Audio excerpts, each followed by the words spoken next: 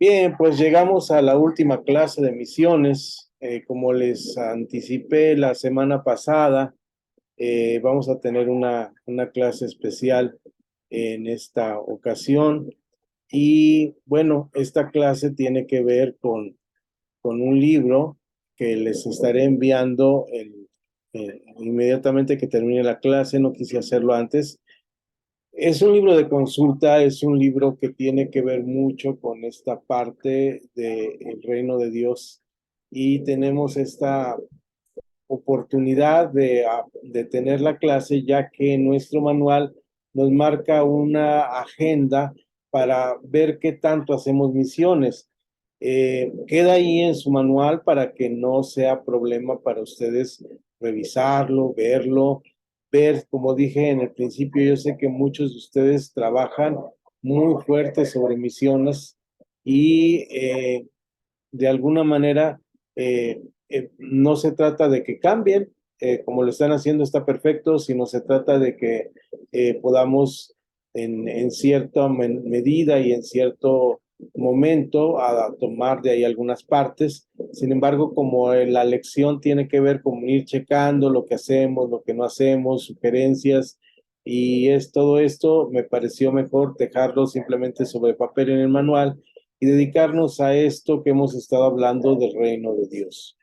Eh, Como les anticipé, y aquí lo empezamos a ver desde ahora, el tema de este libro y vamos a ver sus primeras partes. Y eh, yo estoy eh, muy convencido de que en algún momento, dejen ver si no me lo cierra, eh, que hace rato tenía problemas, de que este libro, y ahorita vamos a empezar por qué surgió, cómo surgió, abrevan o toman de él muchas de las corrientes nuevas acerca de esto. Tiene una razón de ser el libro, está escrito por un autor que naturalmente es, pues vamos a decir, un referente, no es un autor ahí aislado, no es un autor que llega como a escribir algo que da como una tendencia y ahí se queda como muchos autores del siglo pasado, sino es un autor que es un referente en el evangelismo y en la misión. Este autor se llama John Stott, es inglés y es quien llama a esta famosa encuentro de Lausana en Suiza, la Convención de Lausana, que cambia el sistema o el sentido de la misión en el siglo pasado, a mitad del siglo pasado. Este libro ya muy viejito, ahí está una fotocopia de la portada del libro así abierto, como se veía. Eh, es uno de los libros que tiene que ver mucho con la forma de hacer misión diferente a lo que se hacía antes.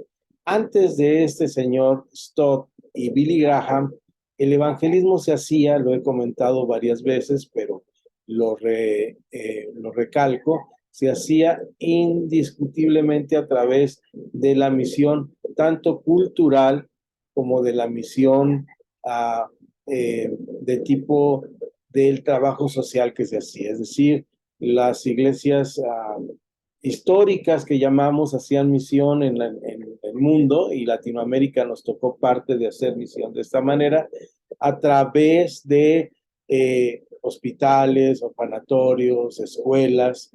Bueno, Guadalajara, no sé la Ciudad de México o el Estado de México como tenga, pero seguramente tendrá parte de esta obra, pero aquí en Guadalajara tenemos el Hospital México-Americano, el Orfanato de los Hermanos Bautistas, tenemos la Iglesia de los Hermanos también de otra denominación en el centro, que son instituciones, pues son instituciones de corte social, que era su forma de hacer misión. Poco o de alguna manera ellos no creían que debía evangelizarse un mundo que para ellos estaba evangelizado. Y el Sermón del Monte de John Stott contra cultura cristiana y la forma de hacer evangelismo masivo del señor Billy Graham Billy Graham llega a cambiar la forma de hacer misión a partir de la década de los 60. Entre los 50 y 60 hay un cambio radical y aquí voy a quitar ya el libro, ya quedó clarísimo de qué libro estamos hablando, ya lo puse la vez pasada en la portada y vamos a dejar aquí de compartir para empezar a hablar del libro y vamos a ir haciendo las notas de este librito. ¿De acuerdo? Entonces, bienvenidas, Pastora Emilia. Y ahí le veo. También por ahí está su hermana. Yo por ahí como que la vi. Espero que sí. Ahí las veo. Ahí, bienvenidas. Bien. El hacer misión es una...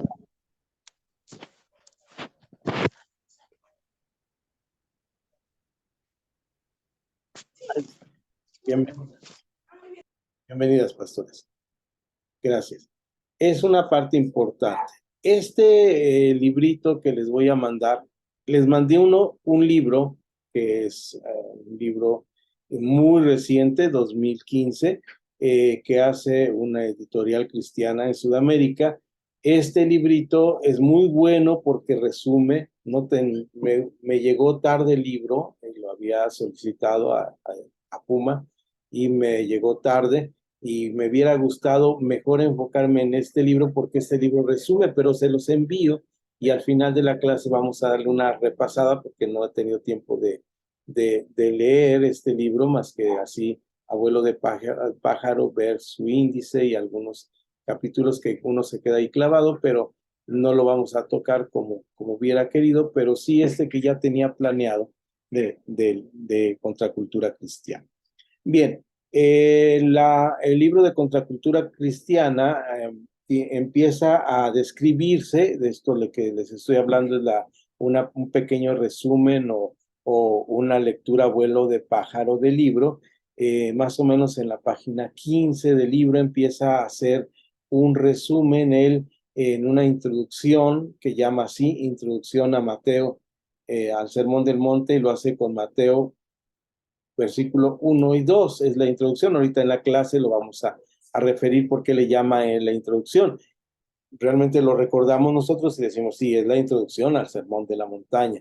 Y él empieza a narrar y decir que el siglo XX, el siglo pasado, tuvo una división en su manera de ver el mundo a partir de las dos grandes guerras. La última guerra, que duró varios años y termina en 1945, es la famosa Segunda Guerra Mundial. La Segunda Guerra Mundial, al terminar el año 1945, deja algo que se llama la generación posguerra.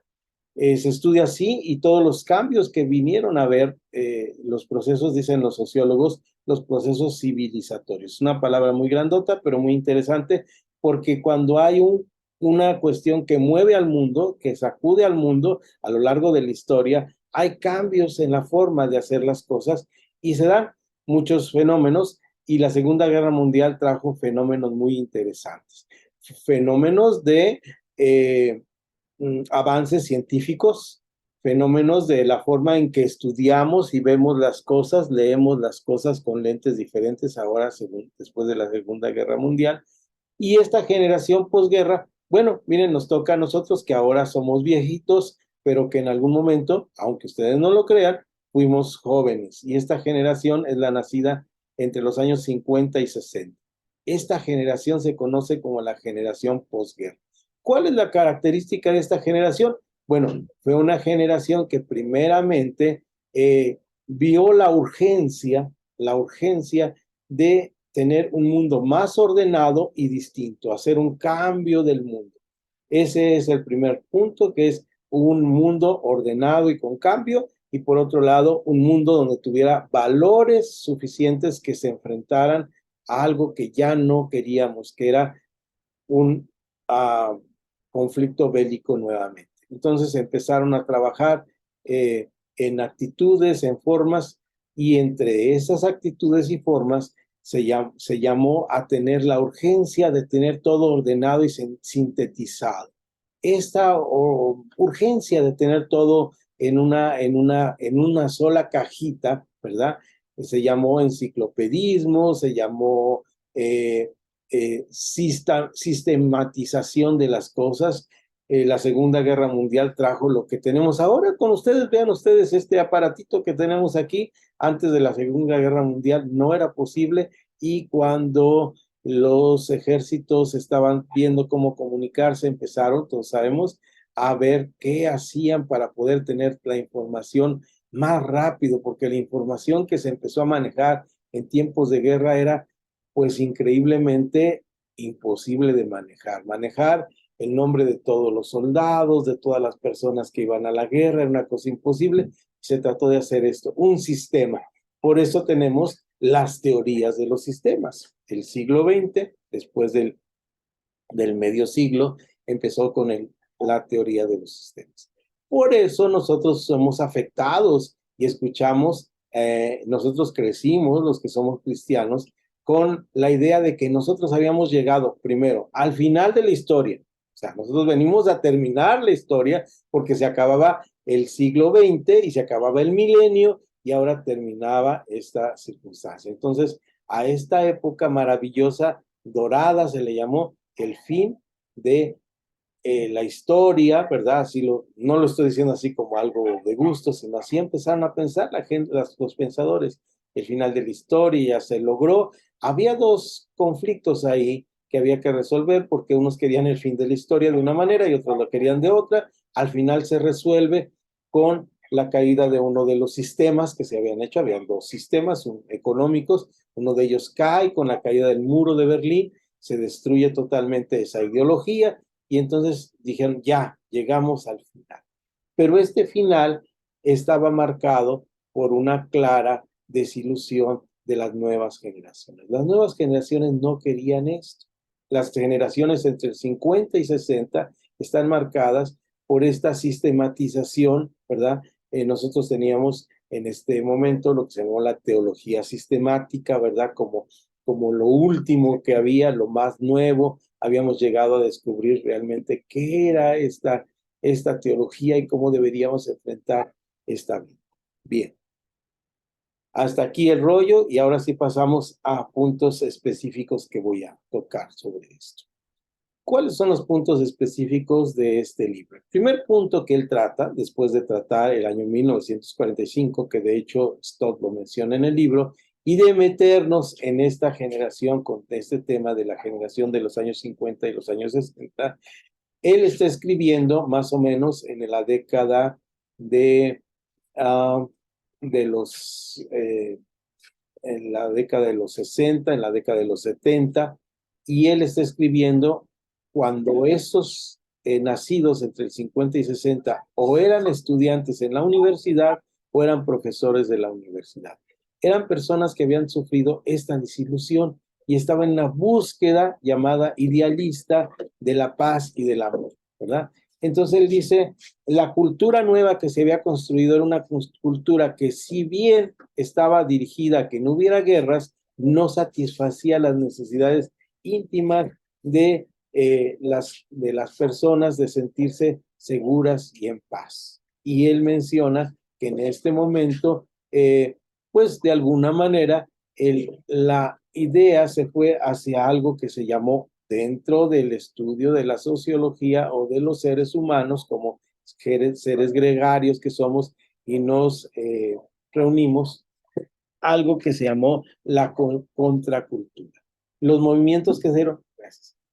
Los movimientos que se dieron en este momento fueron llamados contraculturales. Él aprovecha esto para decir que esa contracultura pues el ejemplo más grande son los hippies, no tiene realmente un sentido de alternativa cultural, sino es una subcultura, es decir, no es propositiva. Una contracultura debe ser propositiva, debe decir, no hagas esto, pero haz esto.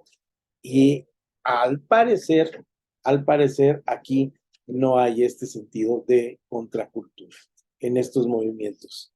Estos movimientos, de alguna manera, son solamente meramente idealistas. Por eso que esta palabra idealista utópicos. ¿Qué quiere decir utopía? Arriba del suelo. Son movimientos que se dan en esta década con los jóvenes entre el año 60, en la década de los 60 y la década de los 70, que son meramente idealistas, es decir, el famoso signo de la paz y el amor, la lucha en los pueblos por que no haya guerras. Todo este tipo nos marca esto, que son movimientos no contraculturales realmente, sino subculturales. Ya, si alguien tiene duda de esto, puede revisar las clases pasadas que estuvimos analizando esto. El manual analiza esto. Hago una aclaración por los que van ingresando, que es pertinente, porque van a buscar el manual. Perdón por la introducción, pero se me seca la garganta y el cafecito ayuda un poco. Y en este momento estamos nosotros entrando al libro. Vuelvo a ponerlo en pantalla para dar una revisión, aprovechando que tenemos aquí un break, que es el momento del break. Cada 10 minutos hacemos un break.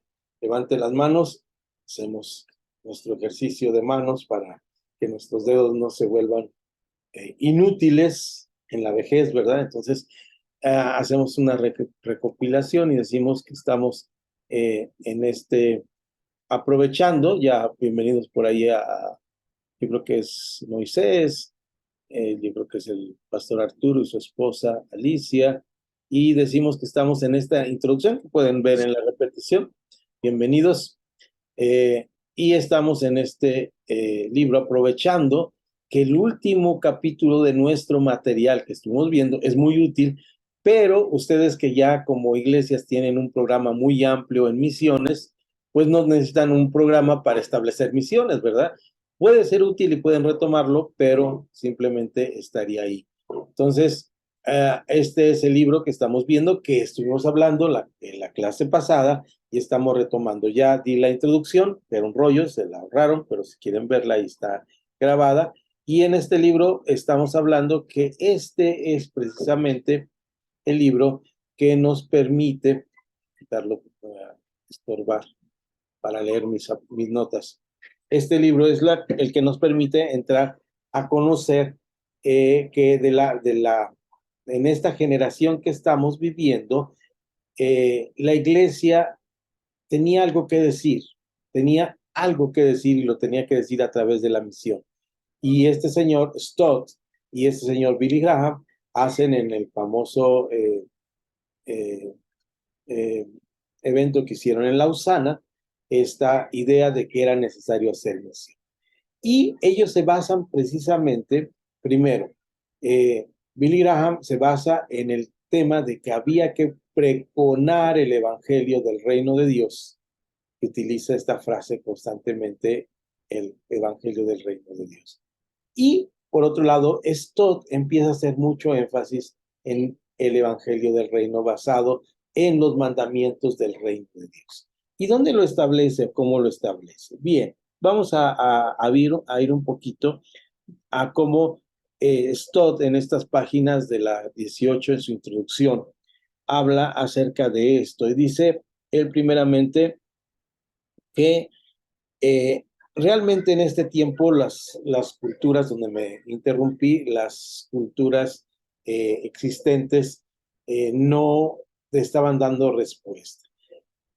Bueno, voy a cambiar mi anclaje aquí a verles más. Ahí ya quiero verles, saludarles por ahí, que están con sus micrófonos apagados. Pero quisiera disfrutar esta clase. A mí me gusta mucho hablar de este tema, es uno de mis temas favoritos, la cultura del reino. Y cuando doy siempre hago referencia a este libro que les acabo de mostrar en pantalla, y lo releo varias veces, por lo menos partes, es parte. Lo voy a enviar. Hago la aclaración que recientemente una editorial nueva en Sudamérica lanzó un libro que es el que les envié al correo, al WhatsApp. Este libro resume mucho, me hubiera gustado mucho, pero no tuve oportunidad en la semana por trabajo de leerlo. Es un libro pequeñito, pero por lo que vi a vuelo de pájaro y por lo que vi en el índice, hace un resumen de lo que estamos viendo aquí en un libro más grande. Este libro que estamos viendo, que vieron en pantalla, es un análisis del Sermón de la Montaña. Así que vamos a ir trabajando en él. El punto de los hippies, regresándome y retomando un poquito, regresen su mente en rewind, en reversa en su grabación, y porque era el punto que quería tomar. Eh, Cuando decimos la palabra hippie, que es una palabra seguramente anglosajona, tenemos la idea de que los entendemos bien, pero en el fondo, realmente por ahí corre un rumor que algunos de nosotros viejitos en algún momento fuimos hippies y rebeldes, pero todos tenemos un poquito de esto en el corazón, ¿no? Y entonces recordamos nuestros años jóvenes, y yo quisiera aquí que me dijeran cómo fueron cuando eran jovencitos, en la época que llamamos entre los 15 y los 18 años. ¿Cómo era su forma de pensar, su forma de ser? Algunos nos va a costar porque la memoria tiene que regresar muchos años atrás, pero a algunos van a ser algunos más fácil. Tenemos aquí a Arturo, al pastor Abel, a Emilia, y creo que a Moisés, si puede hablar, no sé cómo anda si está en tránsito. Tengo Ah, no, aquí estoy. tenemos un monitor que estoy monitoreando, y está Esther monitoreando clase, entonces, pero los demás sí. ¿Quién quiere empezar? ¿Cómo eran cuando estaban así con 15 a 18 años? ¿Cómo recuerdan su forma de ser? ¿Quién levanta la mano? ¿O quién quiere participar más bien? Mientras no dan chance de tomar café. A ver, ¿quién se avienta? Muy borras. No recuerdan cuando tenían 15, 18 años, creo. Esa han olvidado. Sí, yo sí. A ver, pastor, empiece En- usted. en- Entre los 15 y 18 años, bueno, 15 años iba yo entrando a la prepa. ¿Mm? Justo me tocó esa parte de, digámoslo de alguna manera, del apogeo de la música latina en español. Pues fui un chavo que como pues a esa edad, ¿no? O sea, los gustos, la moda, las novias, ¿verdad? Buscar de repente como que tratar de quedar bien con los cuates, ¿no? O sea, de ser valiente, ¿no? Para, como que para encontrar un espacio en ese grupo de cuates con los que nos juntábamos, pues en verdad en lo que era la palabra, pues ni ¿cómo podría decirlo, no? Ni por equivocación, ¿no? Era o pensaban que pudiera llegar este momento, ¿no? De conocer de la palabra. Leí en ese tiempo a Marx, a Rius, a Ríos, a Lenin, leí también algo de Lenin, o sea, como que mi tendencia era un poco comunista, ¿no? Vamos a llamarlo de alguna manera, ¿no? Siempre en contra de, digámoslo, de alguna, del sistema, ¿no? Sí, por ahí apoyaba, cuando estuve en la preparatoria, pues apoyaba ahí en las caminatas a los cuads que se juntaban a hacer eso.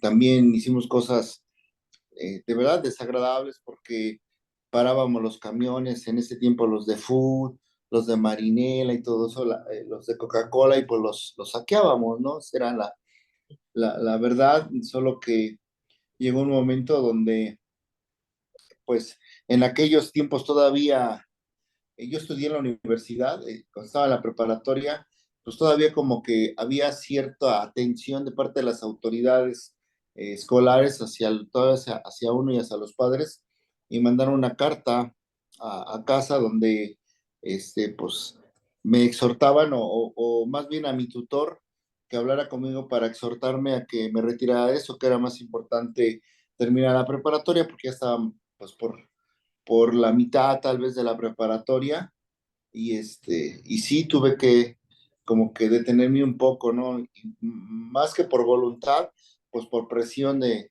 mi hermano el más grande, que él era mi tutor, ¿no? Entonces siempre me decía, o pues, alíñate, o porque si te sacan de ahí lo que te espera es trabajar, ¿no? Entonces, ahorita no trabajas, se te está apoyando con la escuela, así de que pues tú decides, y sí, decidí ya retirarme un poco de ello. Sin embargo, en lo que era la parte de la moda, de la música y todo eso, pues es alguna una tendencia que se puso de moda en ese tiempo. Y por ejemplo, soy de la época de Miguel Bosé, de, de Lupita D'Alessio, de todas esas personas, ¿no? Claro. Que, bueno, hoy pues, ni pensar esas partes, ¿no? Pero sin embargo, pues fue la época en la que yo me desarrollé, ¿no? Entre los 15 los 18 20 años todavía por ahí. Pero Gracias. sí, sí. Y gracias, muy interesante su comentario. Es, eh, es interesante cómo esta palabra que dije era la época del idealismo, ¿no? Las tendencias políticas de contra el sistema eran idealistas, el inolvidable Pablo ahí estaba Silvio, que nos cantaban canciones, El Unicornio Azul, que no eran grandes ideales. Oscar Chávez, Chávez, sí, claro, los folcloristas, eran tiempos de ese tiempo. ¿Y qué había detrás de esto? Pues su idealismo, ¿no? Por eso John Stott en su libro habla de esta década, esto nos tocó aquí en México, pero había también idealismo en todo el mundo. Hubo primaveras y despertares juveniles después del movimiento 68, famoso en México, por todo el mundo y en partes del mundo eran meramente surgidos por el idealismo. Una persona más, me queda tiempito para una persona más que nos comparta. Si alguien levanta la mano, le damos la palabra. Bueno, como no hay más lanzados al ruedo. Ah, Pastor Boy creo que se lanzó al ruedo. Muy bien, ahí adelante, Pastor. No, yo estoy bien, es que mi historia es muy difícil, pero en esa etapa creo que la viví fuera de lo real. Andaba ahí en los caminos del Señor, pero está muy bien, me gusta escuchar las historias. No puedo contar la mía porque la mía estuvo en misiones, pero está muy bien en esas etapas. Ok, ¿O la bueno, cuento? gracias hermano por tu participación. Eh, entonces, tenemos ya el momento donde dijimos, esta etapa de las personas es este momento llamado del idealismo, donde hay una cultura existente y alguien que quiere hacer una contracultura diferente. Y realmente aquí Stott, en su libro, nos dice, es que realmente la contracultura es necesaria. La contracultura es necesaria.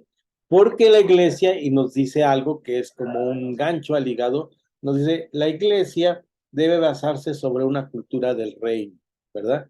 Y aquí aparece el momento donde él dice, es que se trata de que el Señor sea Señor. Por eso su libro, que resume todo esto, se los mandé, es un libro muy bonito, vamos a tratar de leerlo rápido para comentar algunas cosas sobre él. La próxima semana estaré por la Ciudad de México, espero nos veamos, podemos vernos, y voy a hablar sobre el libro de Reyes y sobre el reino en el Antiguo Testamento, porque ya vamos a empezar con el tema de las generaciones o la pastoral generacional, pero este libro que no es el que estamos hablando hoy, naturalmente es otro libro, que les envié este lo vamos a revisar al final y fíjense cómo dice, Jesús es el Señor, llamado a un discipulado radical. Jesús es el Señor. Y aquí Stott, en esta parte del libro de Contracultura Cristiana, nos dice, es que la iglesia no ha entendido que Jesús es el Señor. Y nos dice cosas bien difíciles. Dice, niegan su identidad propia. La iglesia niega su identidad propia. A lo mejor nosotros no nos apela esto, pero él está hablando de la iglesia en general. Dice, no están siendo respuesta a estos jóvenes universitarios que tienen necesidad de ver una contracultura, por eso se van a los movimientos de los hippies, por eso son atraídos por los movimientos de izquierda que llegan a radicalizarse a tal grado. Aquí nos pasó una historia, el pastor Abel, cómo los grupos se radicalizan a la forma de decir, bueno, si el enemigo es los que tienen camiones de Coca-Cola, pues vamos a saltar los camiones de Coca-Cola. Pero esa es una subcultura, no están atacando realmente el problema, no están yendo al problema. Y esto nos dice, la iglesia niega su identidad y no ha descubierto al verdadero Señor, el que es el Rey, el Señor del pacto en el Antiguo Testamento.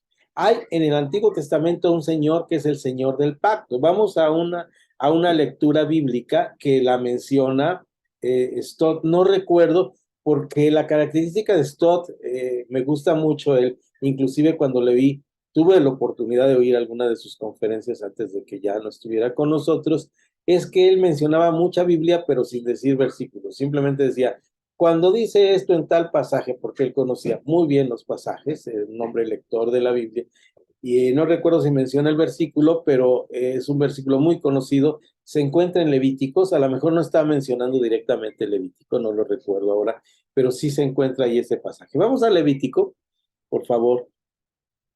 En Levítico tenemos, déjenme ver, aquí lo tenía ya anotado.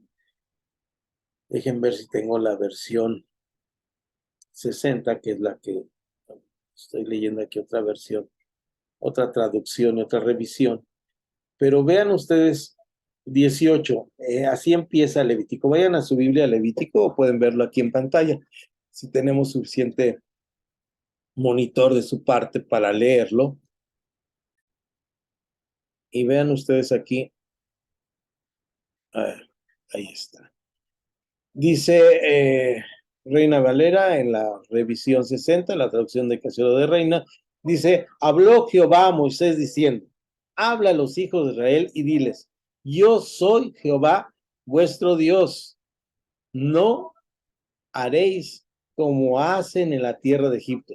No te regreso a una pausa en la historia, yo soy Jehová vuestro Dios. En esta frase que está aquí, yo soy Jehová vuestro Dios, al final del capítulo 2, está entronizándose como el Rey de Reyes y Señor de Señores. Esta es la parte que queremos llamar la atención, pero voy a leer los 5 versículos que son interesantes. Dice, no haréis como hacen en la tierra de Egipto, en la cual morasteis, ni haréis como hacen en la tierra de Canaán, a la cual yo os conduzco, ni andaréis en sus estatutos. Esto se llama contracultura. En términos de sociología moderna, lo que está llamando Dios es a un pueblo contracultural. Mis ordenanzas pondréis por obra y mis estatutos guardaréis, andando en ellos. Yo, Jehová vuestro Dios, nuevamente aquí subrayamos, como entroniza su reinado, la cultura del reino en este momento. Por lo tanto, aquí viene algo importante, guardaréis mis estatutos y mis ordenanzas, los cuales haciendo el hombre vivirá en ellos, yo, Jehová. ¿Ok? Entonces, en estos entronización de Levítico 18, que es un pasaje muy conocido, tenemos cómo el pueblo de Dios es diferente. El pueblo de Dios tiene que ser diferente. Aquí esto empieza a decirnos, esto es comparable a lo que tenemos en el Sermón del Monte. El Sermón del Monte, ahorita vamos a hablar lo que dice Stott de él, está en el capítulo 5, 6 y 7 de Mateo. Y en el Sermón del Monte también tenemos el Kyrios, el Señor de toda la historia, el Señor nuestro, diciéndonos cosas importantes. ¿Cuáles son estas cosas importantes? ¿Alguien lo tiene ahí? Este pasaje y me lo puede leer y les voy a decir qué versículo es el que quiero. Los versículos que quiero es Mateo capítulo 6. No. Adelante, Mateo 6 y vamos a ver el 5 al 8. Déjame ver si dice, adelante. Y cuando ores, no seas como los hipócritas, porque ellos aman el orar en pie en las sinagogas y en las esquinas de las calles para ser vistos de los hombres. De cierto os digo que ya tienen su recompensa, mas tú, cuando ores, entra en tu aposento y cerrada la puerta, ora a tu Padre que está en secreto, y tu Padre que ve en lo secreto te recompensará en público. Y orando, no uséis vanas repeticiones como los gentiles, que piensan que por su palabrería serán oídos. No os hagáis pues semejantes a ellos, porque, porque vuestro Padre sabe las cosas que tenéis necesidad antes que vosotros las pidáis. Aquí entramos a esta lectura, gracias, pastor. Entramos a esta lectura donde nos dice al final, en el versículo 8, no te hagas como ellos son, es decir, nos llama a ser diferentes a ellos, nos llama a ser diferentes. Ellos, la ventana, porque los niños están. Permítame un segundo, nomás dejen cerrar la ventana porque los niños juegan fútbol y tienen mi ventana de portería.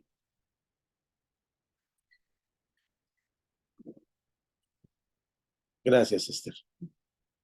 Y les decía, ¿cómo nos llama a ser un pueblo totalmente diferente? Un pueblo muy, muy diferente, ¿no? Entonces, este pueblo diferente es el que estamos llamados aquí. En base a esto, ahí es donde el señor Stott nos empieza a narrar algo interesante. Nos dice él lo siguiente. Primero nos dice, él le habla a dos fracciones en el Sermón de la Montaña, que son las dos fracciones que tenían dos niveles diferentes.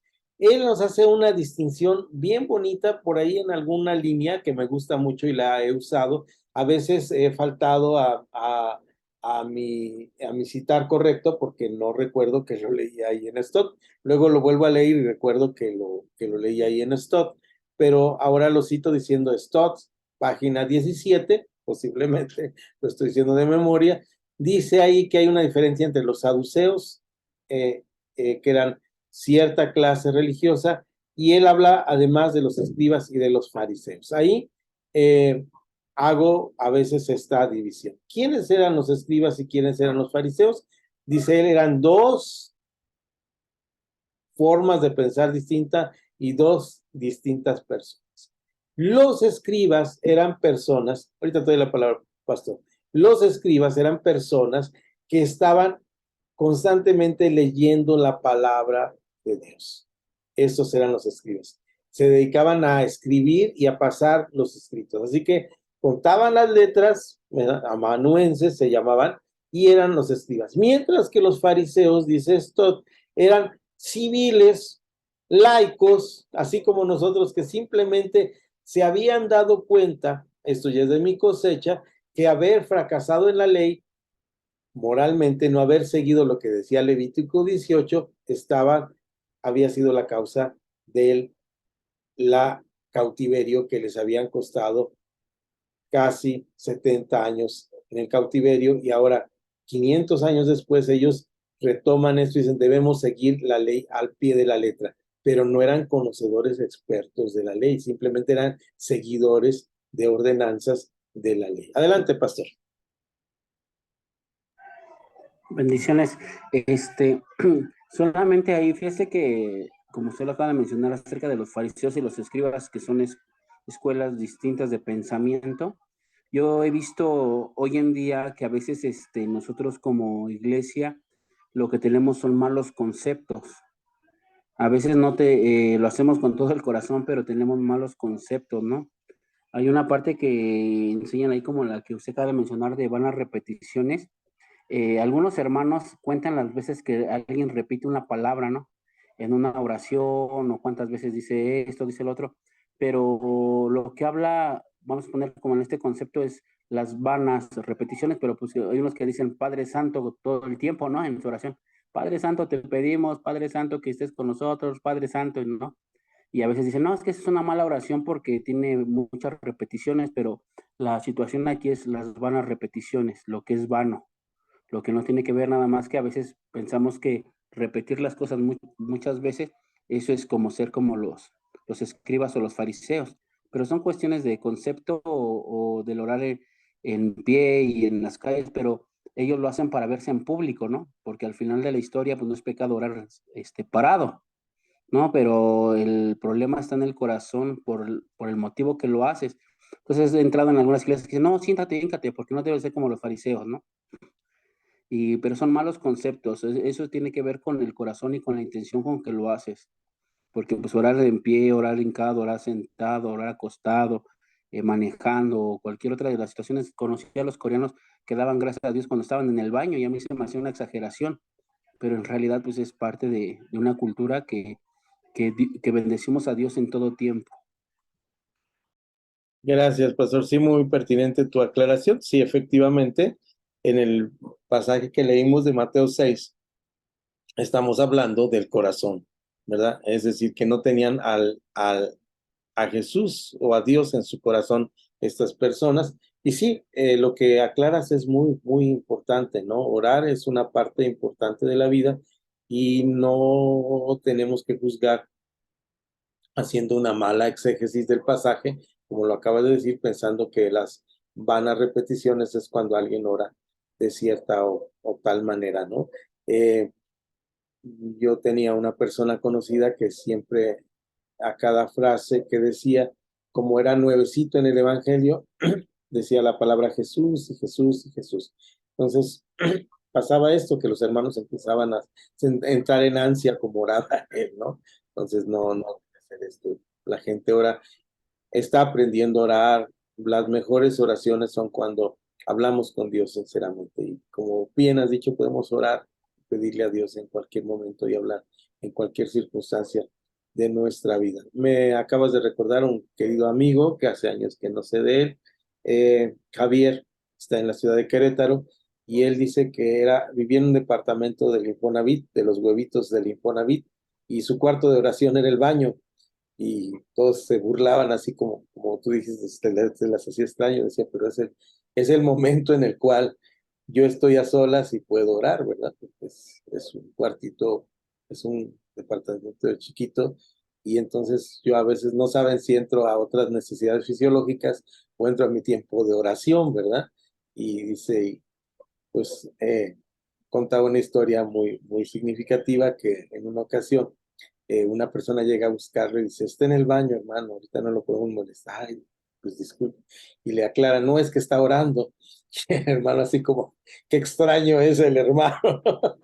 Es que es el lugar donde puede orar. Bueno, esas son historias de los historianos que mencionan. Entonces, pues hay momentos, pero volviendo un poquito a lo que nos acaba de comentar el pastor Moy, sí es importante que nuestro corazón como aquí tenga realmente un latido hacia Dios. Y por eso estos hermanos, que a veces también tenemos que decir, la iglesia a veces es muy farisea o muy escriba, ¿no? Entonces, tenemos tanto conocimiento de la palabra que estamos alejados de Dios, o sea, tan cerca de la palabra y tan alejados de Dios en nuestras actitudes, o somos tan celosos como ahí dijo el pastor. Le contamos a las personas cuántas veces dijo gloria a Dios, amén, amén, amén, amén, pero es simplemente una actitud fariseica, ¿no? O sea, no son vanas repeticiones, es su forma de alabar y glorificar a Dios.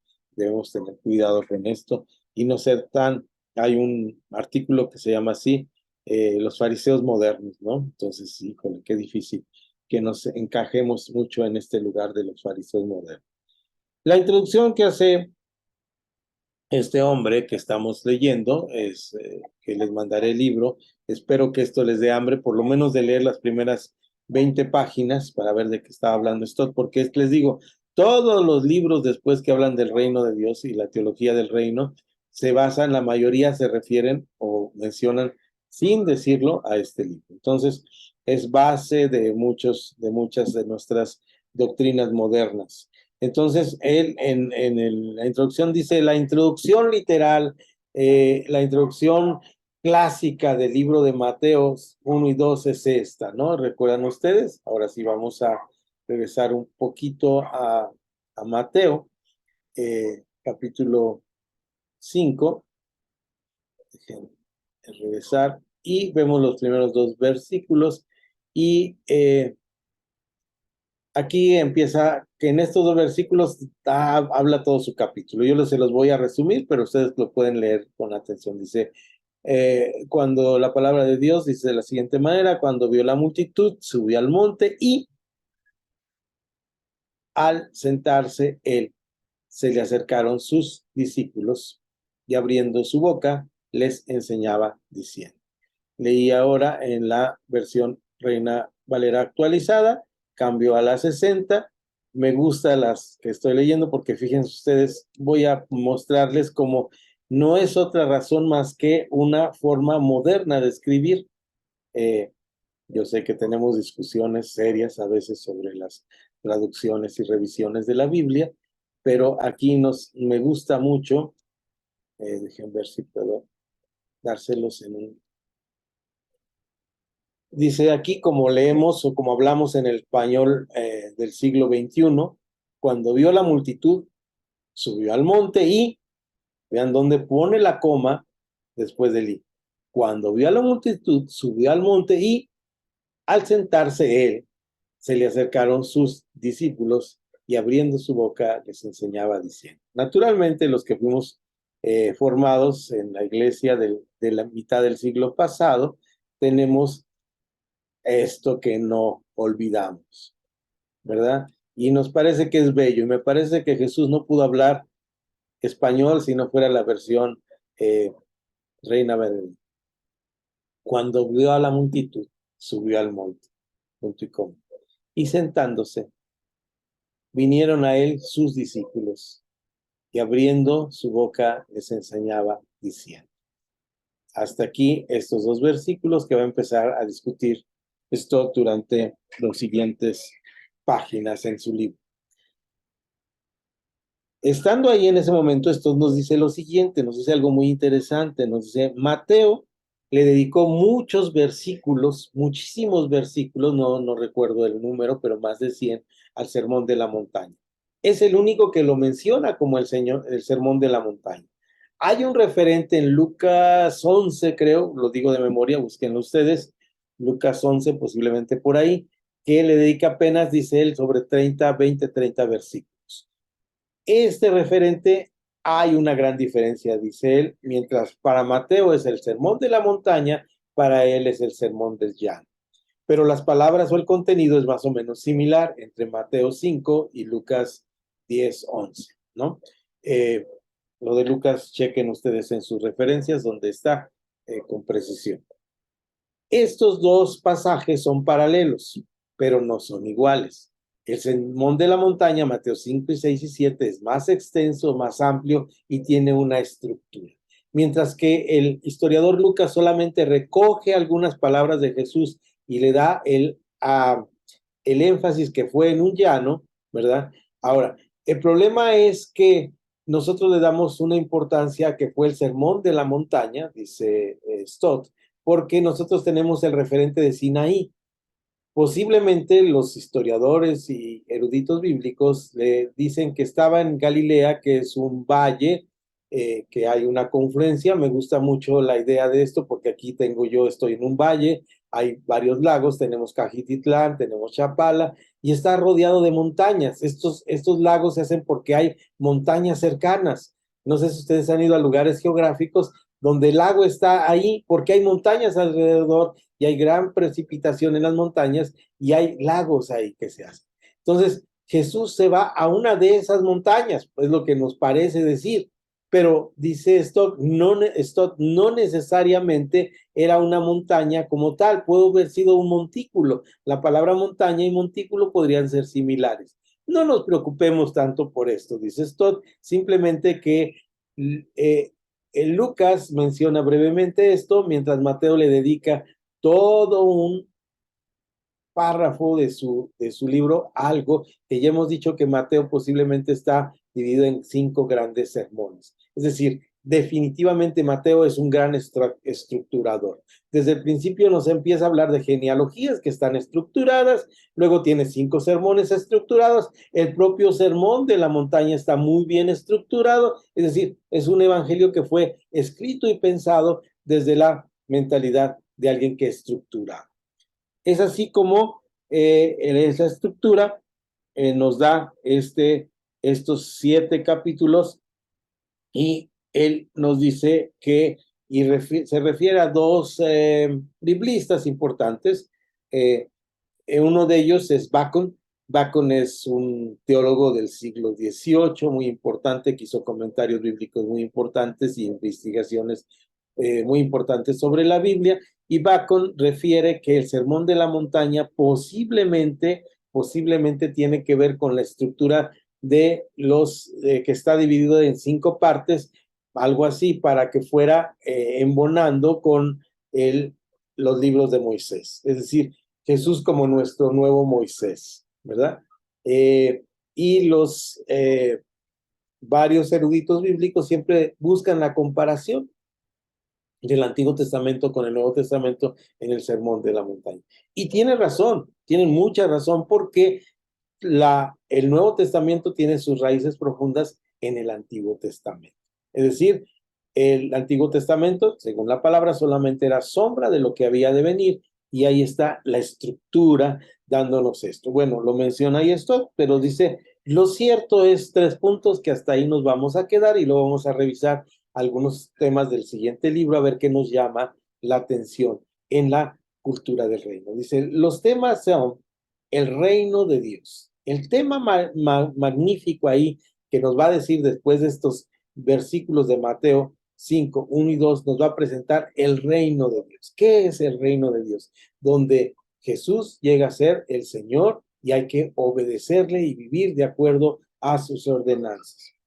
Pero el primer problema es el libro de Mateo, que está ahí comparado con Lucas, es realmente este sentido que tenemos, en este sentido tenemos este libro como algo que es una estructura para nuestra vida. Número 2, es decir, es una estructura que está ahí para nuestra vida, regresando al número 1, y hago la aclaración que él hace, porque pone una pregunta en su libro, dice, ¿es real el sermón de la montaña o es construido por Mateo? Es una pregunta dura, ¿no? Claro que lo está haciendo, y si ustedes leen el contenido, lo está haciendo, dijimos que escribió para estudiantes que tenían esta mentalidad, que era una mentalidad de la década de los 70, ¿verdad? Donde todo se cuestionaba, y había que meterles ahí este anzuelo, es simplemente un anzuelo para decir, ¿es realmente esta estructura algo que es real? Fue construido por Mateo. Él llega a decir, pues es real, por la razón siguiente, la razón es que está poniendo las bases para cómo debemos vivir los cristianos siendo verdaderamente contraculturales. Y ahorita lo vamos a ver en el siguiente libro. Lo siguiente que pregunta él, ¿es actual o fue nada más para sus discípulos que estaban ahí? La iglesia va a empezar y necesitamos que ustedes sigan estas normas, por favor. Estas son las normas que vamos a seguir para que la iglesia sea eficaz. ¿Es actual? Ahora, lo más importante, y en la tercera pregunta que hace en el libro, que me parece muy pertinente, es, ¿se puede vivir? Mateo 5, 6 y 7 son normas vivibles, en la que llamamos como ortodoxia y ortopraxis, es decir, ¿son correctos y son vivibles? Esto es lo que tenemos que hacer.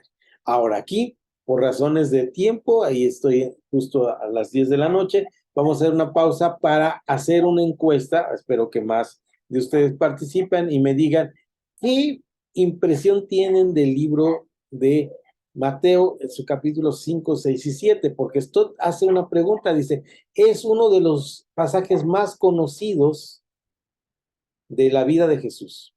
Usted pregunte en la calle, salga alguna encuesta y diga, ¿usted conoce el Sermón de la Montaña, las bienaventuranzas? Y vea qué número de personas le contesta. Pero por otro lado, también tenemos cuántos de estas personas conocen el contenido del Sermón de la Montaña. A mí, cuando leí por primera vez en la década de los 70, este libro que les voy a compartir en un momento más, no sé si se pueda descargar, yo lo tengo en una versión donde casi tengo que leerlo en línea, es el único que me quedé, porque yo tuve la tendencia de regalar libros en algún momento. Si alguien viene a mi casa, se lleva 3 libros, no han venido ninguno de ustedes que están aquí por ellos, pero se lleva 3 libros, es mi promesa y la sigo cumpliendo hasta el último muchacho que vino desde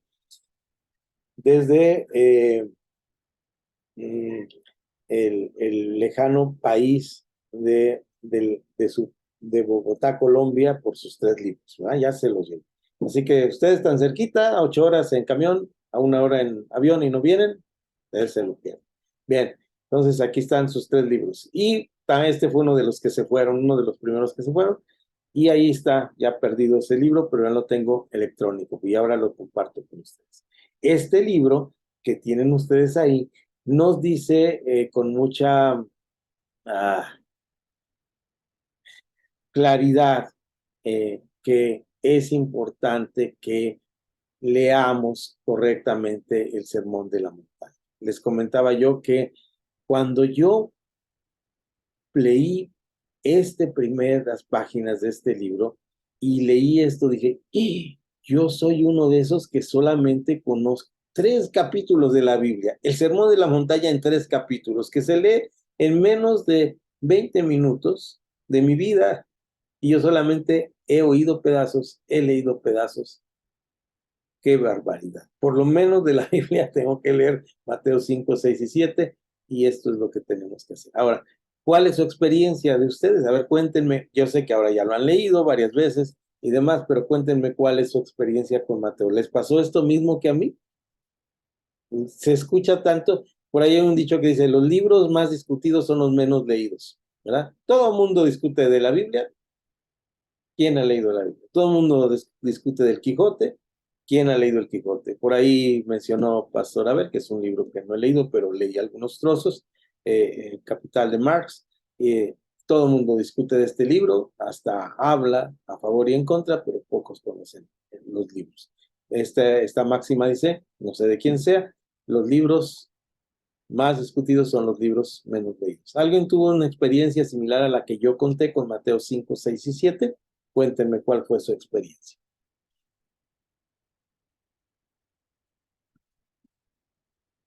A ver, por ahí la pastora, si tenemos, ¿a quién nos quedó? Por ahí perdemos alguno. Bueno, Esther, está Pastora Abel, Arturo. ¿Quién nos cuenta algo? Su experiencia con Mateo 5. No ahorita, no me quiero que me den un sermón del monte. Adelante, pastor. Yo ese pasaje lo leí cuando estaba en un hospital de Acapulco. Teníamos a un siervo internado ahí en el hospital. Y lo leí, lo memoricé porque en ese tiempo lo memoricé todo, ahorita no le he dado repaso, pero tengo noción de ese pasaje de Mateo 5. Cuando ya después lo leí un poco más con calma, cuando lo leí esa parte, yo me imaginaba que cuando vinieron a él sus discípulos, cuando él ve a la multitud y sube al monte y vienen a él sus discípulos y abría su boca, les enseñaba diciendo, los discípulos se creían con una cierta autoridad porque siempre estaban con Jesús, pero el Señor Jesús va y señala a la multitud, yo lo visualizo así, cuando dice, bienaventurados los que lloran, ¿no? Porque ellos han de recibir consolación. Y no era hablando de sus discípulos, sino estaba hablando de la multitud que venía afligida y angustiada. Y la primera parte yo se la dedico a la multitud, porque pues algunos tenían hambre y sed de justicia, algunos eran mansos y los tomaban a lo mejor de menosprecio, pero ellos iban a recibir la tierra por heredad y así sucesivamente. Yo lo veo ese pasaje dedicado a la multitud y me consideré a lo mejor ciertamente más bienaventurados los que tenían necesidad de Dios que los que se sentían seguros con Jesús al lado, ¿no? Yo así lo visualicé desde que lo leí y consideré, Señor, siempre tengo necesidad de ti, siempre tengo necesidad de hambre, siempre tengo necesidad de que tú hagas justicia y una parte de los mansos y todo esto. Esa es la impresión que yo me llevo al principio y después las demás reglas bíblicas o principios bíblicos que debemos de tener como ética o comportamiento ya de poner la mejilla y todas las reglas que sí debemos tener ya eran dedicados a sus discípulos y a la multitud en conjunto, pero la primera parte sí me quedó así como para nosotros los necesitados, no para los que estaban a su lado, ¿no? Sino para los que estaban enfrente, atentos, esperando ese sermón.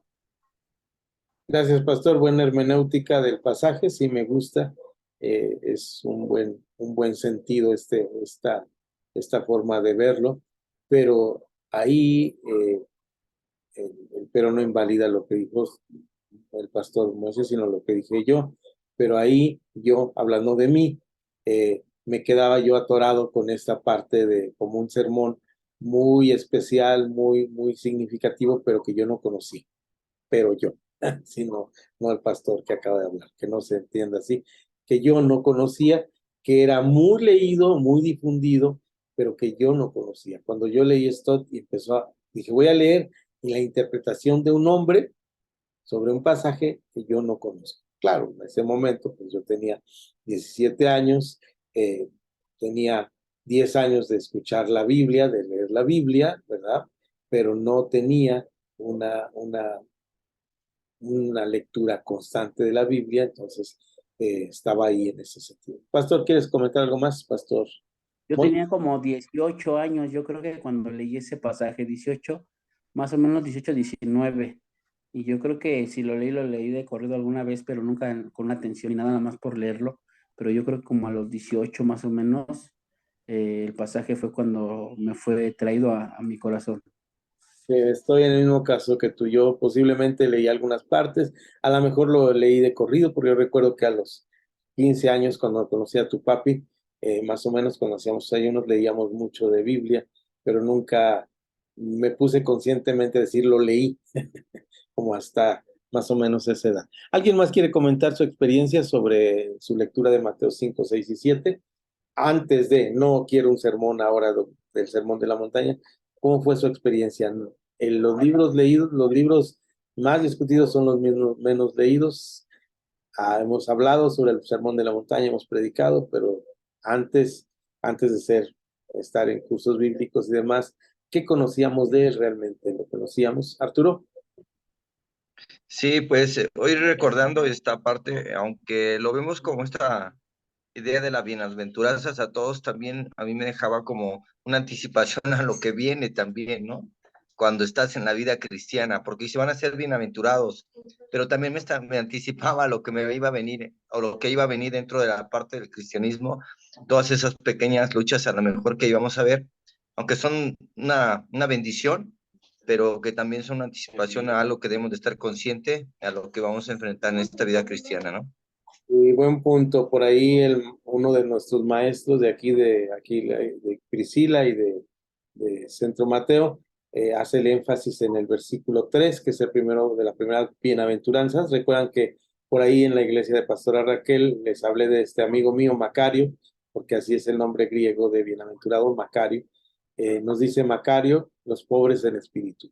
Bienaventurados los pobres en espíritu. Y lo que mencionabas, Arturo, porque de ellos es el reino de los cielos, en el presente, y de ahí parte el futuro, ¿verdad? El futuro es el siguiente versículo, bienaventurados los que lloran, creo que lo estaba mencionando, que es hermenéutica que estaba haciendo el pastor, ya ahí menciona no es, sino recibirán. Ajá. Ahí habla ya en el futuro.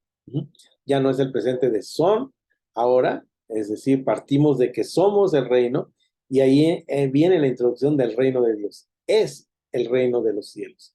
¿Por qué dice el reino de los cielos? Lo he explicado, Mateo escribe a los judíos, y en el primer módulo lo explicamos, escribe a los judíos, y a los judíos no se les es permitido una reverencia muy respetable de parte de ellos, muy linda, no se les permite el nombre de Dios, aunque estuve en una conferencia con un judío muy prominente de Canadá, que nos hizo favor de hablarnos sobre este tema que acaba de pasar la semana pasada, sobre el Pentecostés, su visión judía del Pentecostés, muy interesante, y él dijo que iba a mencionar la palabra Dios porque hablaba con nosotros y para que nos entendiéramos, porque él se hacía esta parte de lo que hemos es transculturizar su mensaje. Es decir, voy a hablar un mensaje que me pareció muy sincero también de su parte, me gusta mucho el respeto que tienen y por eso él menciona en el versículo, me perdí ahí, pero es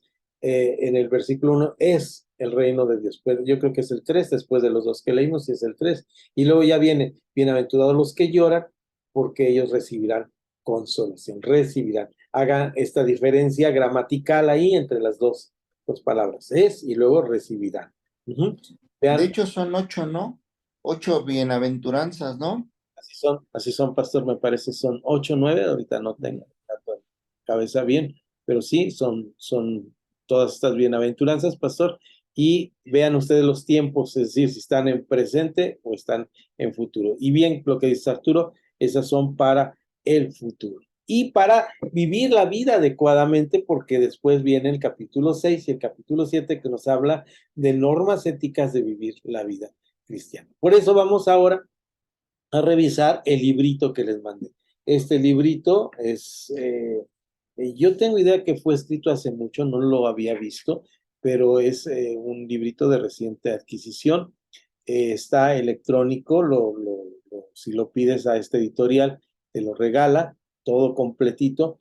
Y este librito que vamos ahora a revisar, el índice únicamente, pues ya, vean cómo son temas muy importantes. Déjenme compartir con ustedes. El librito se los mandé. Les voy a mandar el viejito, el de Contracultura, pero les compartí ya este libro. Yo creo que ahí lo están viendo en pantalla. Ya lo están viendo ahora. Fíjense, es Jesús el Señor, llamado a un discipulado radical. Y lo que me llama la atención de este libro, aunque, bueno, está editado en 2011 y yo les había dado una fecha de 2018, pero el índice, el contenido es lo que me llama mucho la atención. Después del prefacio que ya leí, que es muy interesante, y la introducción que también ya leí, viene algo que no he leído, que me parece que es un índice que tenemos que empezar a discutir entre las iglesias, ¿verdad?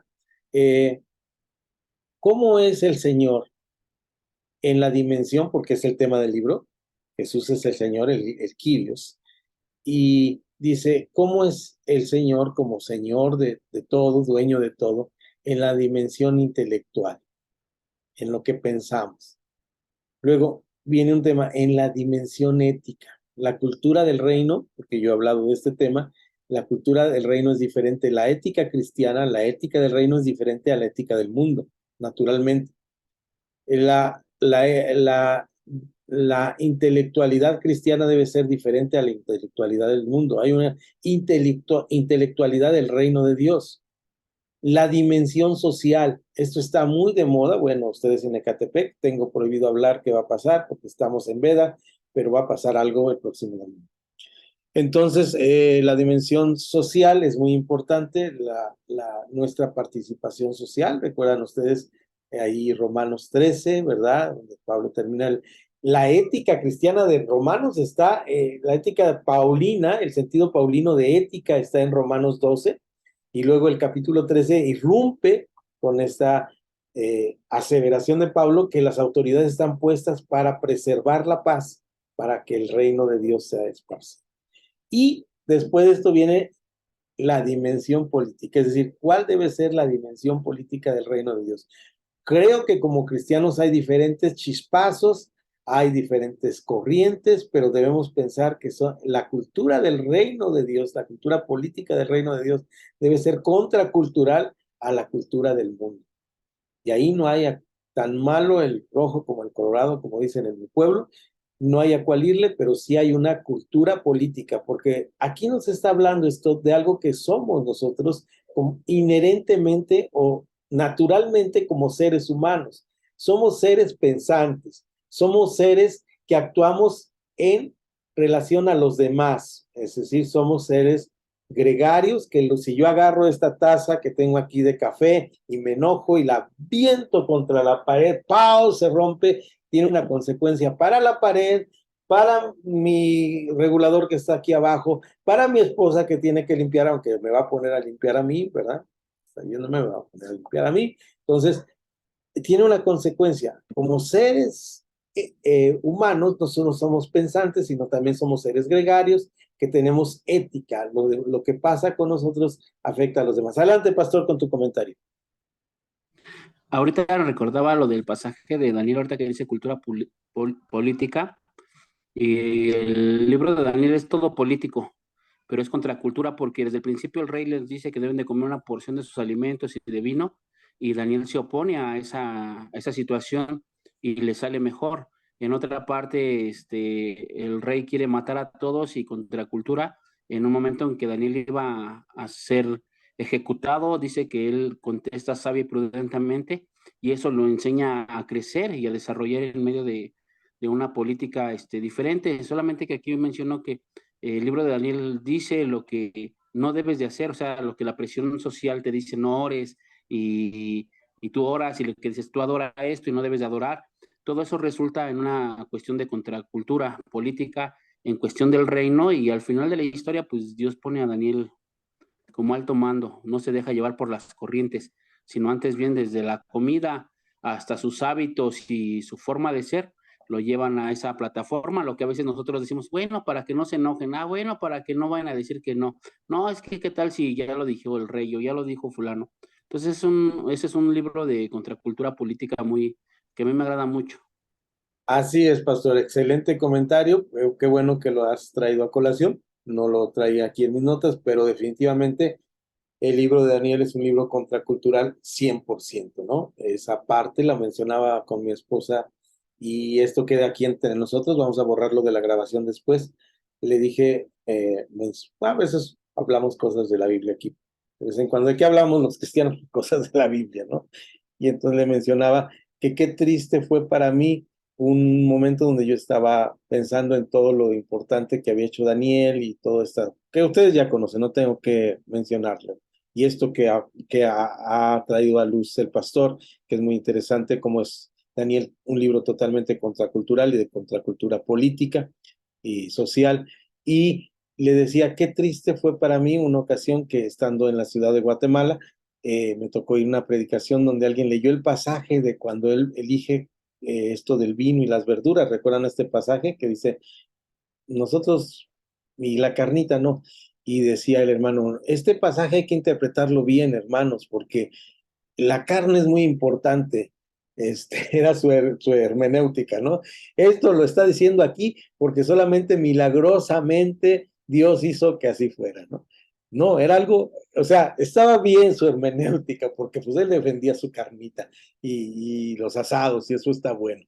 Pero al final yo le decía, Esther, lo que pasa es que no vamos al fondo, porque en el fondo estaba esa rebeldía, no era una rebeldía simplemente decir no lo como, era seguir los preceptos de su Dios. Pues seguir esto que acabas de decir muy bien, pastor, de ser contracultura, ¿no? Entonces, bien, ahí estamos con este punto. Leamos el libro de Daniel, también es un libro muy leíble. A veces me dicen, es que tiene mucha profecía. No te preocupes, la profecía se va a cumplir de todas maneras, la entiendas o no la entiendas. No es la parte importante de Daniel es esa fe, ese periodo extenso de cautiverio y esa provisión de Dios inmensa. Hermanos, Dios está presente en nuestras vidas, como en la vida de Daniel.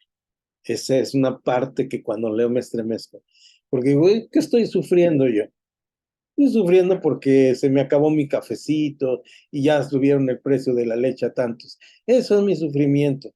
El sufrimiento de él era que era un hombre rico, apoderado, y llega a ser esclavo en una nación sin nada, sin nada. Y ahí tiene que expresar su fe. No le dejaron ni la iglesia, ¿verdad? El templo se lo destruyeron. Tenían que reunirse junto al río. Entonces, es un bonito libro. Volvamos un poquito aquí. Vamos bien de tiempo para los comentarios finales. Déjenme ver dónde tengo mi libro. Entonces, este librito está muy bueno, muy bueno. Espero yo leerlo. Aquí está, fíjense, la dimensión intelectual, la dimensión ética, la dimensión social, espero que ya lo vean, la dimensión política y el alcance universal. Es decir, este es un resumen, no sé si Stott lo pensó así, pero es un resumen de lo que somos como seres humanos. Somos seres pensantes, somos seres sociales, éticos, y somos seres de relación, ¿verdad? Somos seres políticos, pero más importante, somos seres, como dice el libro de Eclesiastés, o Gohelet, como dicen los judíos, que somos seres que tenemos dentro de nosotros ansia de eternidad. Sabemos finitos, y si hay cosas finitas, la lógica nos dice que hay lo infinito. Entonces, lo infinito es lo que Dios ha preparado y la conclusión. Repito, no leí el libro, pero ahí está para que ustedes lo lean, puedan hacer un comentario en el chat sobre el libro, si tienen tiempo y esfuerzo para leerlo. No se ve muy, es un librito de 50 páginas, hombre, vamos con las 50 páginas, adelante con este librito. El otro que les mando es más gordito, pero muy rico, y ese lo pueden ir viendo por temas. Voy a tratar de poner el índice del otro libro. Es más extenso y yo lo leí una vez de corrido, y las demás veces lo que he hecho es tenerlo como, a ver si veo el índice, como referencia. Aquí está, dejen abrir el libro, ya lo abrí, y vamos, va versículos va parte por parte, es todo el sermón de la montaña. Aquí está el índice famoso, del libro que les voy a mandar. Espero que lo puedan descargar, pero por mientras, les adelanto, fíjense lo maravilloso. Este es buenísimo como libro de consulta cuando van a ver cada uno de esos. Fíjense, está el inicio, en qué consiste el sermón, que prácticamente de la 11 a la 27, que les acabo que leí recientemente en la semana, y les traté de hacer ahorita rápidamente en la tarde un resumen pequeño. Y luego el carácter del cristiano, fíjense, la influencia del cristiano, basado en esos versículos, la justicia del cristiano, todavía está en Mateo 5, él repite la justicia del cristiano en el 5, 21 al 30, la justicia del cristiano del 5 al 31 al 37, toca nuevamente la justicia del cristiano en el 3, 38 al 48, y ya va al 6 con la religión del cristiano. Esto está interesante, ese tema es interesante. Luego viene el tema que leímos ahora, que me hizo favor por ahí el pastor Moy, me parece, de leer, Mateo 6, 8, la oración del cristiano, donde hablamos del tema de la oración, la ambición del cristiano. Ese tema está muy bueno, porque en la introducción dijo él que era la contracultura de la década de los hippies, era una contracultura mal, porque simplemente atacaban el poder y el dinero como una forma de estar en contra de algo que veían que era malo, pero no decían que era malo y que podía ser bueno. ¿Se dan cuenta? Es decir, no se trata, eso es un error del ser humano, no se trata de decir, a ver, vamos a juntar toda la riqueza y la repartimos. No, eso es un error. Se trata de que todo lo que hacemos sea como en el libro de Mateo, y tenían todas las cosas en común. Es decir, que lo que hago es para beneficio del otro. Todas las cosas en común es que si yo trabajo como diseño editorial, es un bienestar que estoy dando para todos y todas, ¿sí? Es decir, en este sentido, yo estoy dando bienestar a la sociedad donde vivo. No se trata aquí de decir, yo tengo una taza de florecitas y es más bonita, ¿verdad? No, eso es otra cosa distinta. Aquí se trata lo que construyo por mi sociedad, lo que contribuyo y aporto, y en parte incido con mi trabajo en todo lo que es el bienestar del mundo. Entonces aquí está la ambición del cristiano, muy interesante, porque el egoísmo y la ambición es parte de este problema, que lo trata de cierta manera. Podemos estar o no de acuerdo con Stott, pero lo trata de cierta manera. Las relaciones del cristiano con sus hermanos y su padre, relaciones del cristiano con los falsos profetas, en la entrega del cristiano, la elección radical. Es decir, aquí llega el tema del Kyrios, o del Señor de señores. Esto es el final de nuestro curso de misiones, y no hay misión si no estamos seguros que el Señor Jesús es el Cristo, ¿verdad? El Señor de todas las cosas. Por eso terminamos nuestro curso yendo a la Biblia, y vamos a Marcos capítulo 1, versículo 1. Es el versículo, uno de los versículos, bueno, no es el más pequeño de la Biblia, lo sé, eso está en Juan, pero es uno de los versículos muy pequeños que podíamos memorizar de memoria. Marcos empieza su libro diciendo, alguien lo lee en voz alta, y con esto concluimos, y como siempre, pararé la grabación, pero oraremos para terminar nuestro servicio, y luego platicaremos un poquito de nuestra próxima semana que vamos a estar viendo el siguiente curso. ¿Alguien lo tiene? Me lo lee. Marcos 1:1, es chiquitito el versículo.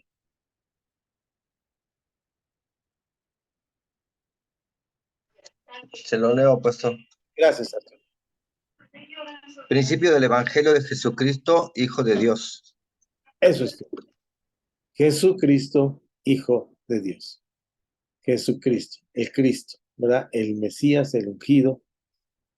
Esto es. Y el Señor. El Señor. Principio del Evangelio de Jesucristo, el Hijo de Dios. Él es el Señor. Cuando dice Hijo de Dios, le está dando el señorío de todas las cosas. La palabra griega, recuerden ustedes que es la palabra, pues si la decimos, vamos a seguirla diciendo así, la palabra Kyrios, con K, Kyrios. La palabra Kyrios es la palabra para designar Señor. Pongan ustedes ahí en el tío Google, pregúntenle al hermano Google qué es la palabra, qué significa la palabra Kyrios y nos tendrá un ejemplo claro. Buen Dios, te agradezco por este tiempo que me permites compartir con mis hermanos sobre las misiones, y nuestra misión más importante es darte a conocer a ti como Señor de todas las cosas. Esto implica todos los momentos de nuestra vida, todas las decisiones de nuestra vida y todos los actos de nuestra vida. Permítenos ser dignos representantes del reino de Dios aquí en la tierra y esperar con ansia tu venida o que estemos contigo, Señor. Sí, Señor, ven pronto. Sí, Rey de Reyes y Señor de Señores. Nuestro Kyrios, estamos seguros de que estaremos en tu presencia algún día. En el nombre de Jesús. Amén.